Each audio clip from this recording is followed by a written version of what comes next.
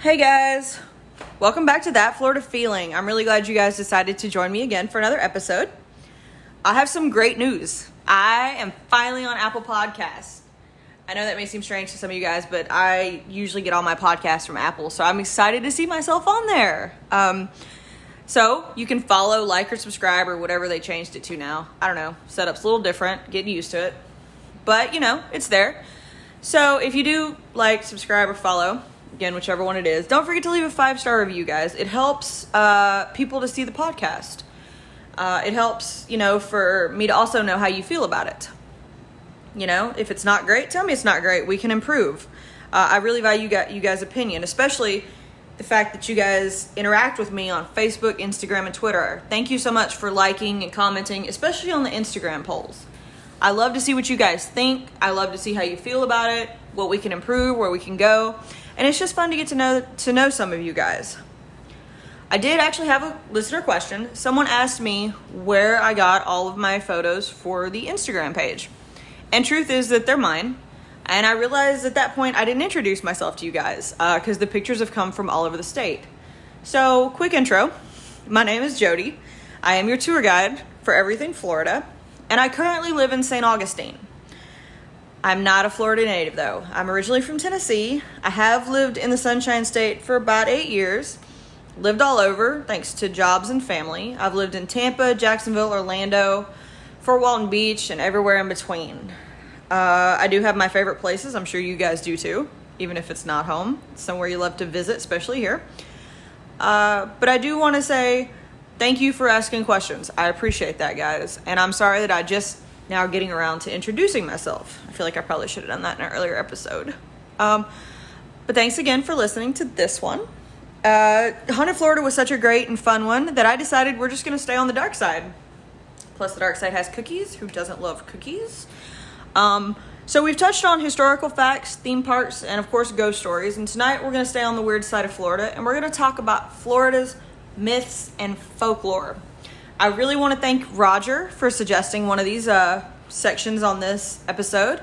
Also, shout out to Ree, Jamie, Matthew, and Mary Kay for giving me some support. Thank you guys so much for listening to me rant, ask stupid questions, and everything in between. All right, let's get to it. You're probably asking yourself, does Florida have folklore? And the answer is yes, more than you would believe. I didn't realize how much we had until I was researching this topic.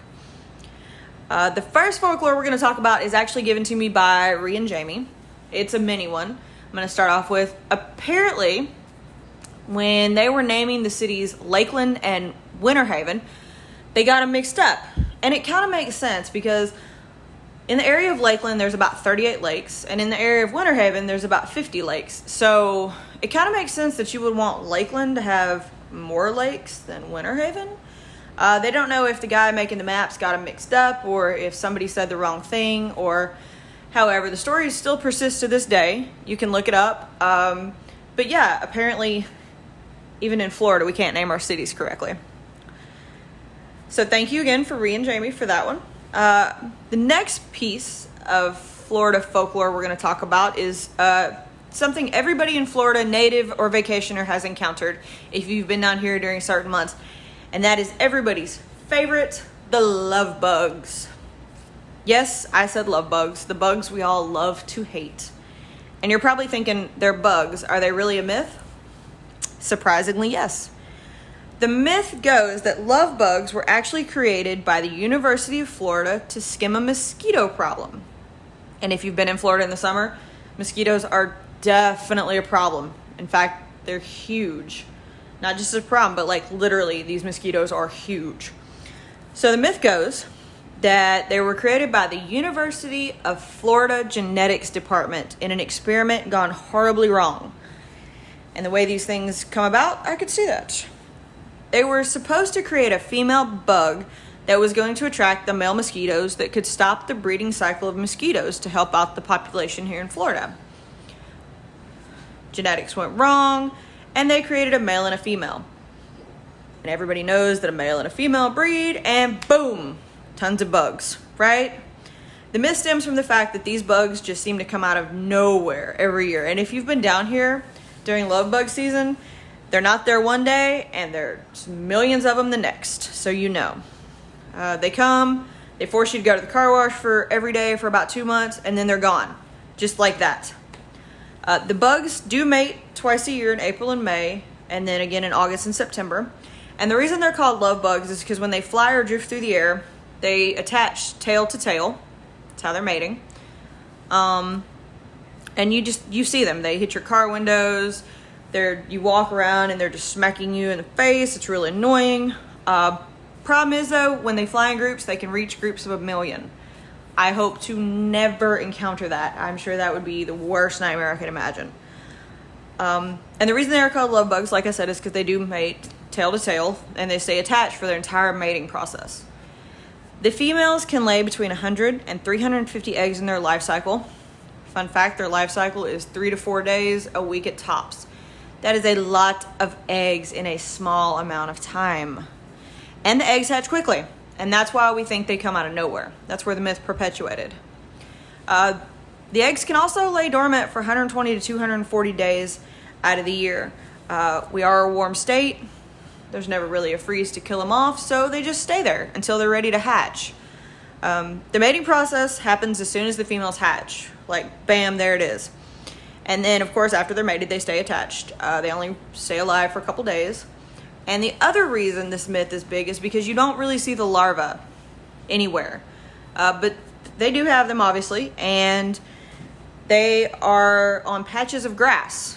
I don't know about you guys. I have never crawled through a patch of grass to see a larva in my life. Probably never going to. I don't know who else does, and that's probably why the myth got started that they were created out of a lab in U of F because, well, who does that? And if you do that, that's great, fantastic, keep it up. It's just not my thing. So, the myth stated, though, that they were created to eradicate mosquitoes because mosquitoes are known as a pest. So are love bugs. The only problem is that the government is not going to do anything about them because they don't bite or sting. They just float through the air doing their thing, die, more come out, that's it. And they're just really annoying. So, now that we all know way more about love bugs and we know that they were not created by the University of Florida, and we can give University of Florida a lot of credit, but unfortunately not this one. We're just going to be stuck with them forever. And that's how the myth keeps going. Now that we've talked about bugs, let's talk about something more exciting. Let's talk about the Fountain of Youth, right? If you've ever heard of Florida, you've probably heard it associated with the Fountain of Youth at one time or another, thanks to Juan Ponce de Leon, who supposedly came looking for it and swearing to anyone that would listen that it was in Florida. Now, the Fountain of Youth, for anybody who doesn't know, is a mythological spring that is supposed to restore the youth of anyone who drinks it or bathes in it. So where did this myth come from? The myth of the fountain started thousands of years ago and appeared in writings from Herodotus from the 5th century BC, Prester John, who fought in the Crusades, and most well known, of course, is Ponce de Leon from the 16th century. The story actually got its start in the Caribbean, or not got its start, but perpetuated through the Caribbean. And that's where Ponce de Leon heard about it. And it was during the Age of Exploration when people would have been coming from Europe to the New World, stopping in Puerto Rico, Bahamas, anywhere in the Caribbean. And that's how Ponce de Leon heard about it in the Age of Exploration, which kind of lines up with his timeline and a bunch of other people's timeline. But the Caribbeans called it Bimini. And I know that you've heard of Bimini and other things. It's the Lost Road to Atlantis. It's the Fountain of Youth. There's a couple other things that are related to Bimini. If you've never Googled it, definitely Google it. It'll send you down a rabbit hole, but it's a pretty cool one. But people when they heard about Bimini, they went looking for it. I mean, who doesn't want to get younger and stay young forever? The legend became popular when it was linked to Ponce de Leon for the first time. He was actually the governor of Puerto Rico, and as we talked about in the Florida Facts episode, he came to Florida in 1513. The legend says that the natives of Puerto Rico told him about Bimini, and he had to search for it. The legend was about a land of wealth that's associated with the fountain and knowledge. Kind of sounds like Atlantis too, which is why Bimini can be connected to Atlantis. But unfortunately, Atlantis is not in Florida. The Fountain of Youth, however, is still to be determined. So the natives talked about it so much that in the time of Ponce de Leon that it was assumed that the land of Bimini was more north towards present-day Bahamas. And the Bahamas are not that far off the coast of Florida either. The legend actually talks about a saltwater mangrove swamp that has tunnels leading to a pool of healing waters. Still sound familiar? Probably because Florida has between 1,700 and 22 square kilometers of mangrove swamps. Granted, most of it is down in the Everglades and down in southern Florida, but it does sound like it could have been in Florida from that description alone. So now you're wondering, now how did Ponce de Leon bring the myth to Florida? Well, he was a royal explorer, and he was charged with finding the land of Bimini, which makes sense because he worked for the Spanish, and the Spanish were all about exploring, finding new lands, and claiming territory. So of course they would want to find this fountain that would make them younger and last forever. Now, when the natives told Ponce de Leon about the fountain, they were probably actually describing a Mayan area that was settled up towards the Yucatan, or that's what they say. I'm not really sure how they would know about it, but hey, I'm not going to question it. But by the time that Ponce heard about it, most people had just assumed it was the Bahamas within the Caribbean realm. But the funny thing is that the myth didn't start from Ponce de Leon himself. In fact, he never wrote about it, never mentioned it. Journals, writings, ship logs, nothing. So now you're trying to figure out, how did it get started? Well, the first mention of De Leon and the fountain was actually from 1535 by a writer who claimed that Ponce de Leon was looking for the waters of Bimini to regain his youth. The text was noted that it was probably created to generate favor in the courts at the time, which makes sense. Spanish, exploration, all sounds plausible, but it's not true. The next time it comes up again is in 1551, and then again in 1575, a text written by Hernando de Escalante Fontaneda, said it right, placed the restorative fountain in Florida. He said he was skeptical in his later memoirs that Leon was actually looking for the fountain in Florida, but he wrote it anyways. And we can credit him with actually giving birth to the myth that Ponce de Leon did come looking for the fountain. And the two were linked after that. It's even been accounted that Nathaniel Hawthorne wrote in his short story in 1837 of Dr. Hettinger's experiments that stated about the fountain, and it's apparently in the southern part of the Florida Peninsula, according to Hawthorne. It's near something called Lake Macacao. Probably not going to say that right, but Lake Macacao sounds good. Or what is known now as Lake Okeechobee. Now, the myth of the fountain is still going strong today. People are still looking for it, and you can even visit it at the Fountain of Youth Archaeological Park in St. Augustine.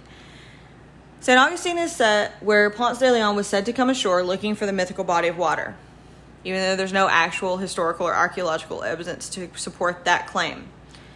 The site has been an attraction since 1860, and it's been taken over and changed a couple times from what it stands at now, but it's still an attraction, and it's actually still a really cool place to at least go visit. It does have some importance, which we'll get to in a second. The current park, as we know it now, which is the archaeological park, was created in 1904 by Luella Day McConnell. She's a retired physician from Chicago, and she created the park as it stands today. The water on the property that is supposed to be the Fountain of Youth is actually from a well dug up in 1875. And the park is said to be the archaeological home of a large coquina cross that was dug up there and placed there by Ponce de Leon himself. The park actually has done archaeological digs. This is not a myth. This part is true. And the Smithsonian Institute even did some of the digs to see what's going on in that area. And it did reveal something interesting. It revealed a large number of Christian Timucua, I'm sorry if I said that wrong, it's Native Americans, burials that eventually helped to realize that it was an archaeological important site. The site is actually the first Christian mission in the U.S., or this part of North America. The mission is called Mission Nombre de Dios, and if you visited St. Augustine, it might sound familiar. It's actually located not far from the park, from the present-day park. For those of you who've been here, it's the large cross that you can see from the fort. It stands on the bank of the Intercoastal. That's the mission. And they do have a replica of the original mission. And it's a very peaceful place to go and walk around. But that's how the park is actually archaeologically sound. It's a real thing. They did find these burials, and they were able to link it to this mission. So the park does have importance. And it was also used in this archaeological evidence to establish that St. Augustine is the oldest continuously inhabited settlement in North America after it was founded in 1565 by Pedro Menendez de Avilés. And the park continues to help grow the myth of the fountain today in Florida. It's actually a really cool park to go to. If you ever get to go, they do actually show the artifacts and talk about its history. It's just a beautiful place to get to walk around and look at old Spanish moss covered trees. And it does kind of make you feel like, hey, maybe this really could be here. Unfortunately, we don't know. Maybe it is in St. Augustine, just not there. Maybe it's on the banks of Lake Okeechobee, underneath the magnolias and in the Everglades somewhere. Most people don't visit. But either way, it's become a successful tourist myth for the state of Florida, and one that's not going to go away anytime soon. Now, the next stop on our folktale tour is a little bit south of St. Augustine, and it takes us to Cassadaga. And if you've never heard of Cassadaga, that's fine. I didn't really know about it either until I researched it. It's a small community just north of Deltona in Volusia County. Cassadaga was actually founded by the Cassadaga Spiritualist Camp in 1875. And the town is still home to about 100 medium psychics and people who want to study spiritualism without the fear of prosecution of any kind.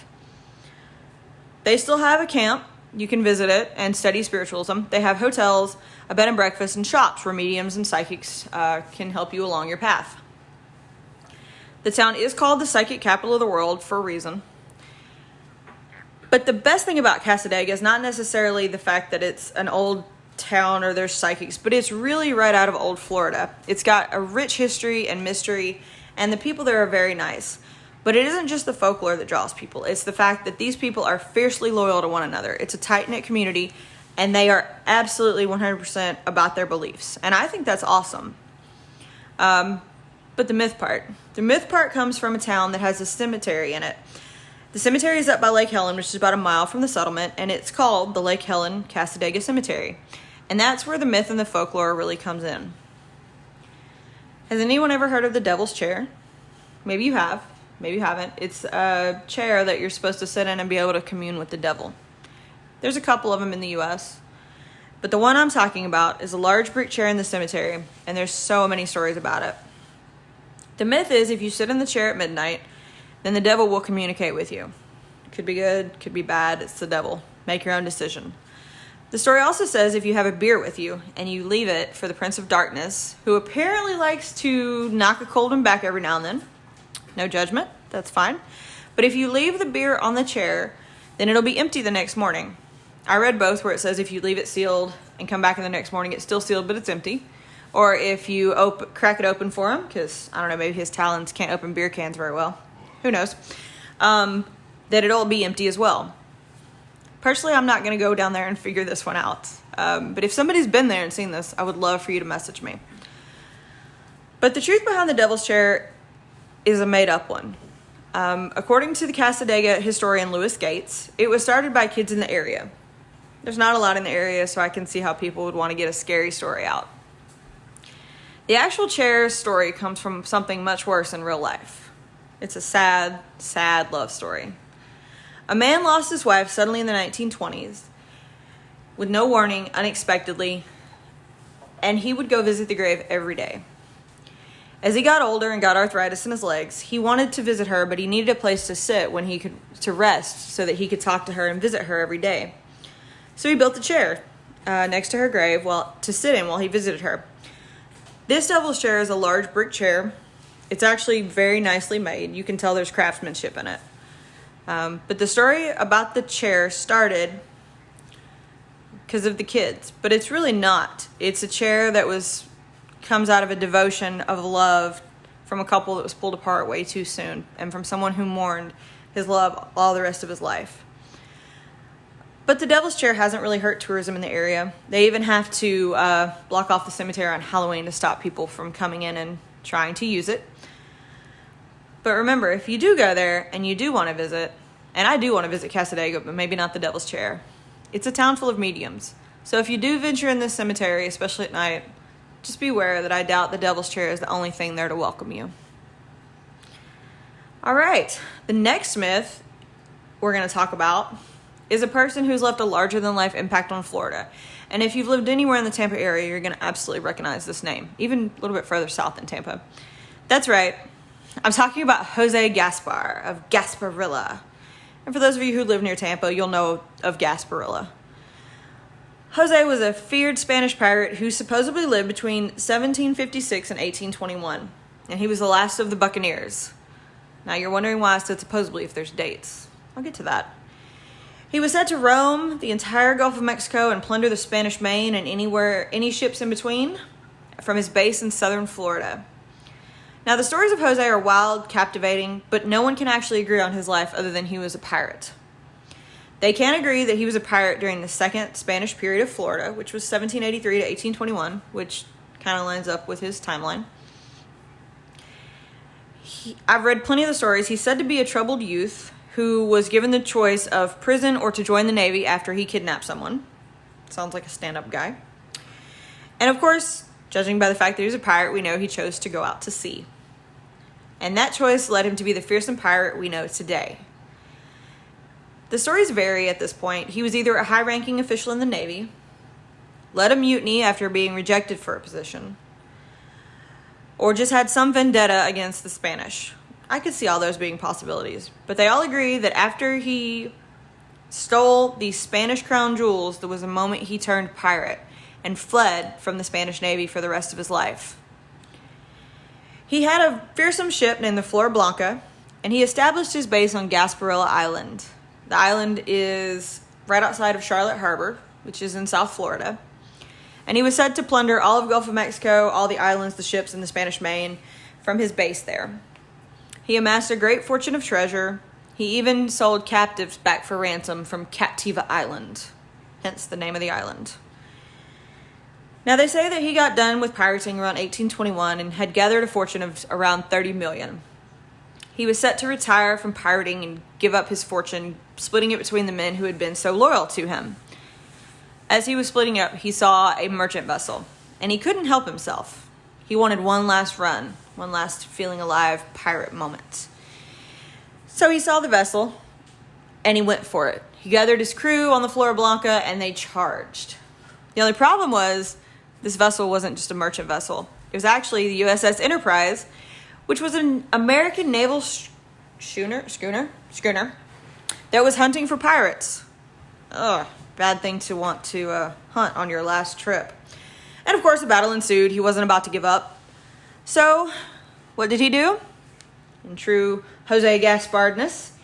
You like that? I just made that up. Gaspardness. That's what I'm going to refer to him as. Not really, but it sounds good.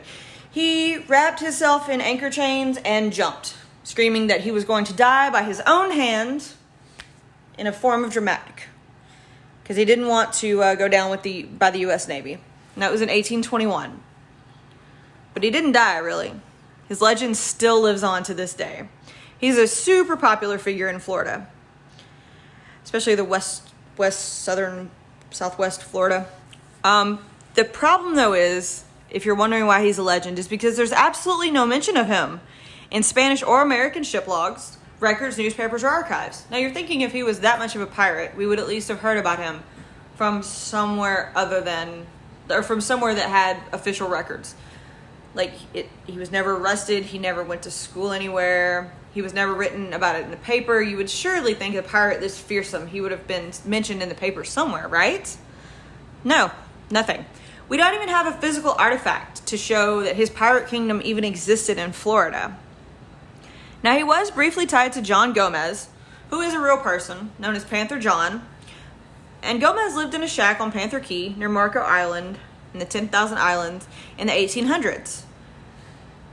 He was a real person, but he was also shrouded in mystery.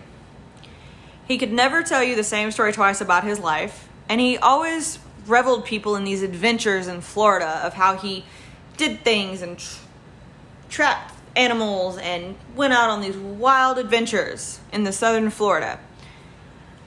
And so people started thinking that maybe this guy is the last remaining member of Gaspar's crew, since nothing was really known about him and he wouldn't tell you the same story twice.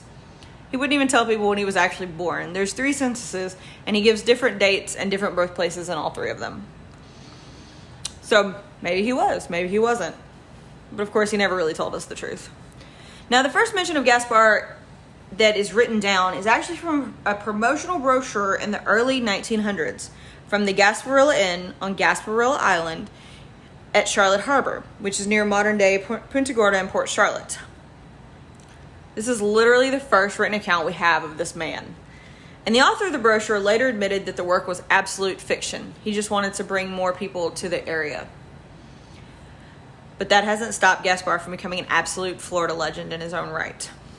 Gasparilla is the name of the island from the 1700s, and it is on Spanish and American maps from the time. And that's probably where the author got his name from about the brochure in the early 1900s.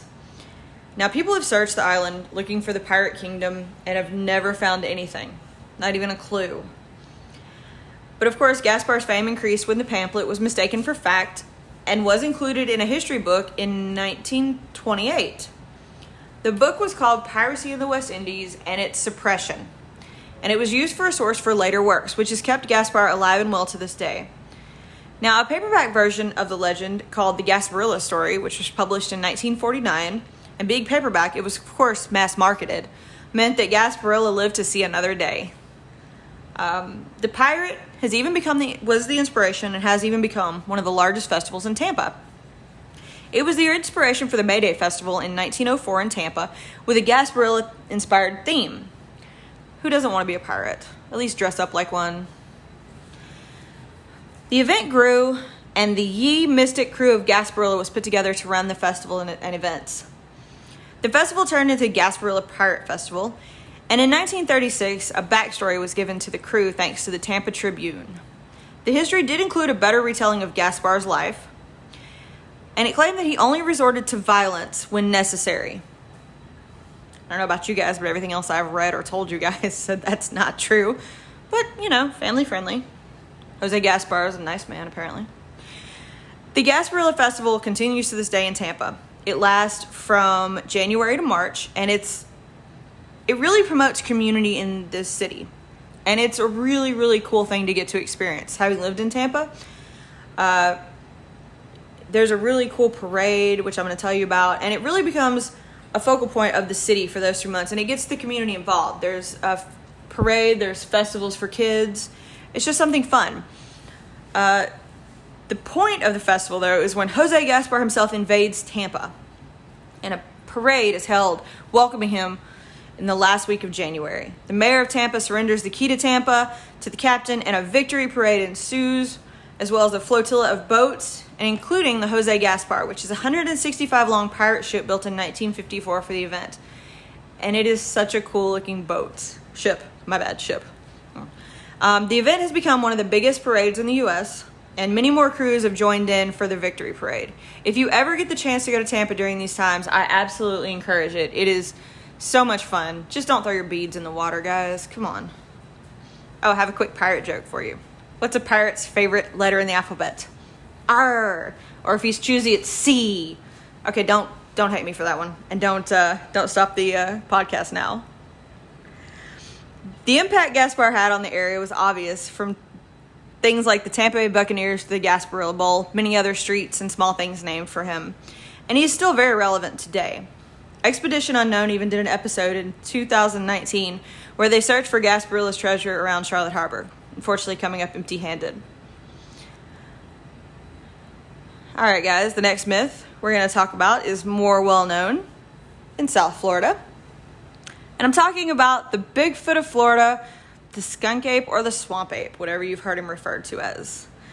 The creature is said to inhabit Florida and swamps of the southeastern U.S., but mostly seen in Florida.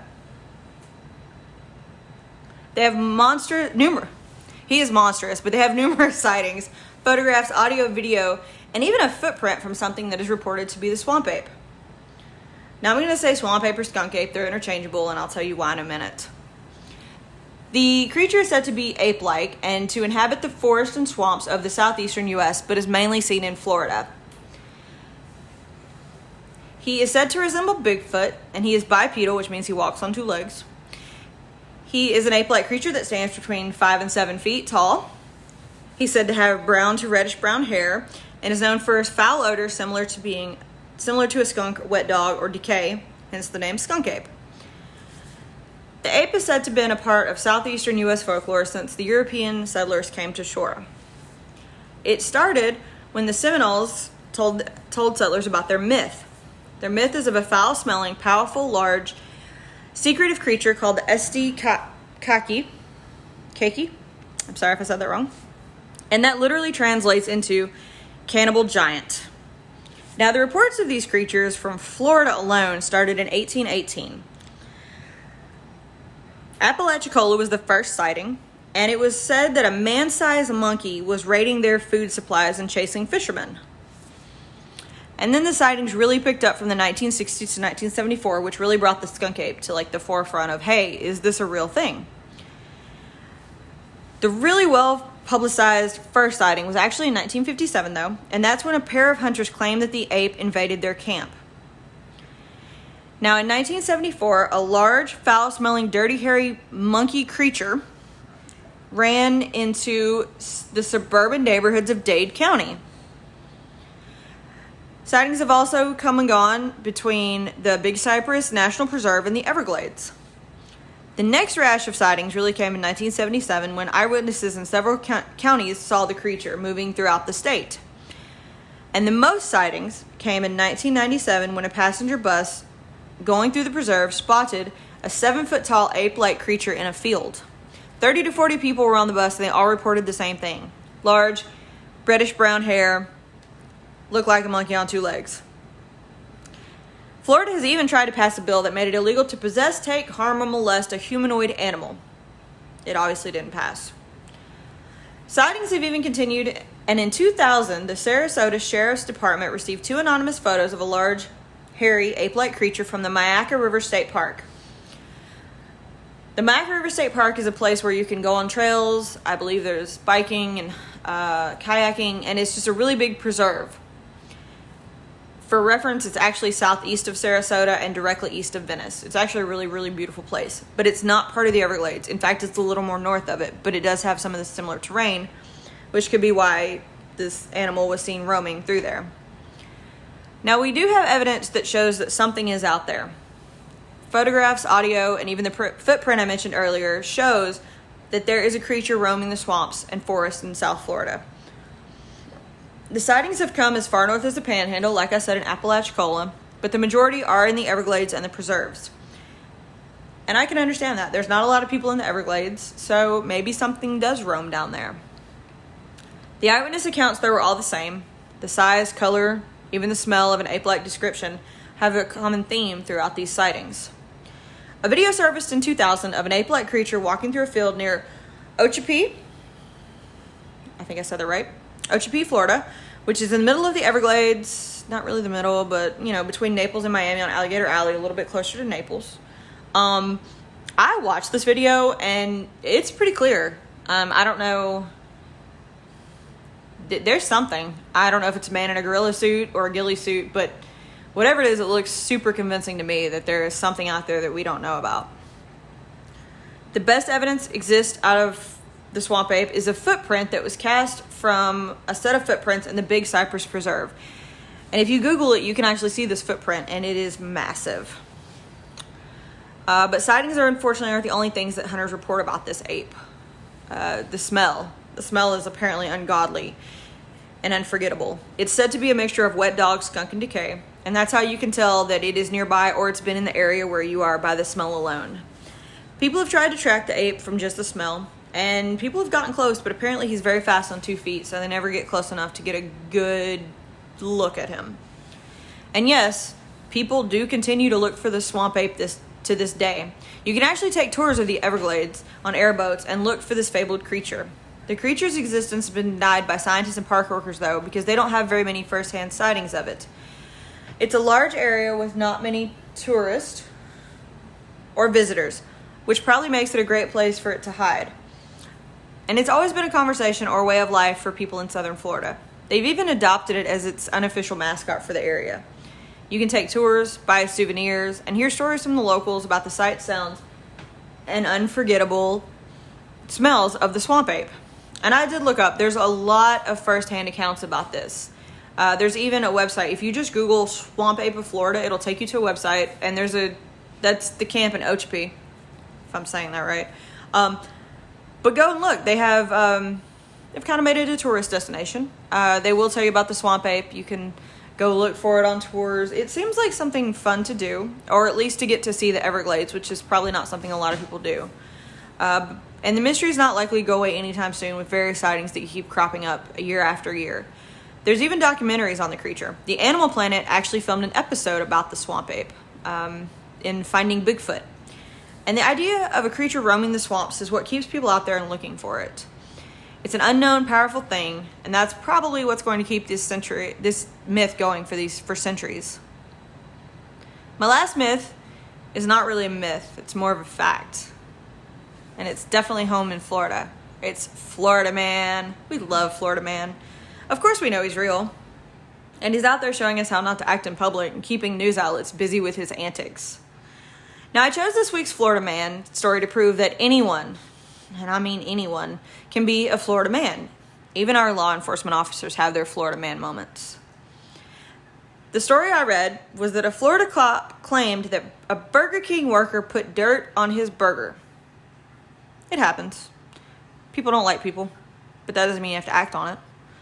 But after an investigation, and no doubt lots of scientific research put into this, it was determined that it was seasoning. That's right, seasoning on his burger. Who'd have thought? The story comes from July of 2018, and so just remember, anyone can be a Florida man, so be slow to speak, think about it, and maybe try not to end up on the news, at least here in Florida. All right, guys, I really hope you enjoyed this episode of That Florida Feeling. It was really fun to get to research some of these topics. I had no idea about love bugs. I do now. And it kind of makes me want to go look for the swamp ape. So again, thank you, Roger, for the suggestion on the swamp ape, for Rhea and Jamie for the help, and for Matthew with research. Let me know if you guys have any suggestions. I'd be happy to research them. We can look them up. We can talk about these things. Email me at thatfloridafeel@gmail.com for any of those suggestions if you want to comment, if you just want to say hi. I love interacting with you guys. Last thing I want to do, though, is to tell you about a new podcast. It's called Bones and Brunch. It's not mine. It's two ladies living in Tennessee. They do a podcast on true crime. You can also check them out on Spotify. I've listened to it. I think it's absolutely great. But, just want to give a shout out to a fellow podcasters. Again, guys, thank you for listening, and I hope you've enjoyed your daily dose of sunshine.